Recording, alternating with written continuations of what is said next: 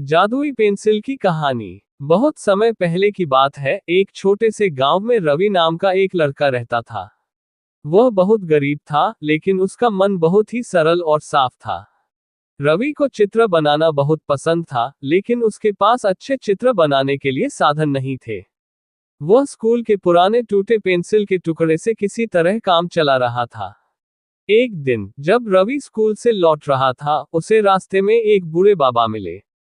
उनके हाथ में एक चमकती हुई पेंसिल थी।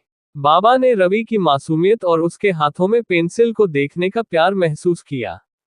उन्होंने मुस्कुराते हुए रवि से कहा, बेटा, ये पेंसिल मैं तुम्हें दे रहा हूं, लेकिन ध्यान रखना, यह कोई साधारण पेंसिल नहीं है। यह एक जादुई पेंसिल है। इससे तुम जो भी बनाओगे, वह सच हो जाएगा।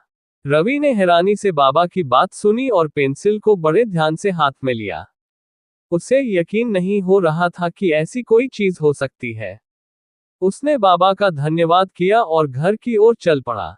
घर पहुंचते ही उसने पेंसिल से एक पेड़ का चित्र बनाया।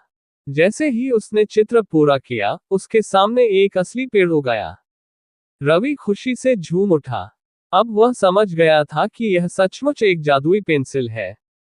रवि ने इस पेंसिल से बहुत सारे अद्भुत चीजें बनाई। उसने अपने गांव के गरीब लोगों के लिए घर बनाए, उनके लिए कपड़े और खाने की चीजें बनाई। उसकी जादुई पेंसिल ने पूरे गांव को खुशहाल बना दिया। लोग उसे बहुत प्यार करने लगे और उसकी तारीफ करने लगे। रवि बहुत खुश था कि उसकी पेंसिल से वह सबकी मदद कर पा रहा है। लेकिन जैसे जैसे समय बीतता गया, रवि को यह एहसास हुआ कि लोग अब मेहनत करना बंद कर रहे थे। सब लोग सिर्फ उस पर निर्भर हो गए थे कि वह पेंसिल से उनके लिए सब कुछ बना देगा। किसी को भी खुद से कुछ करने की इच्छा नहीं रह गई थी। रवि को यह देखकर बहुत दुख हुआ। उसने सोचा कि यह पेंसिल अब गांव के लिए अच्छा नहीं कर रही है, बल्कि लोगों को आलसी बना रही है।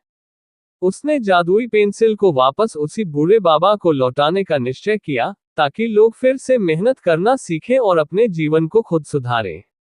अगले दिन रवि ने बाबा को ढूंढा और पेंसिल वापस कर दी। बाबा ने उसकी समझदारी की सराहना की और कहा, तुमने सही किया, बेटा। मेहनत ही असली जादू है। ये पेंसिल सिर्फ एक साधन थी, लेकिन असली जादू तुम्हारे दिल और दिमाग में है।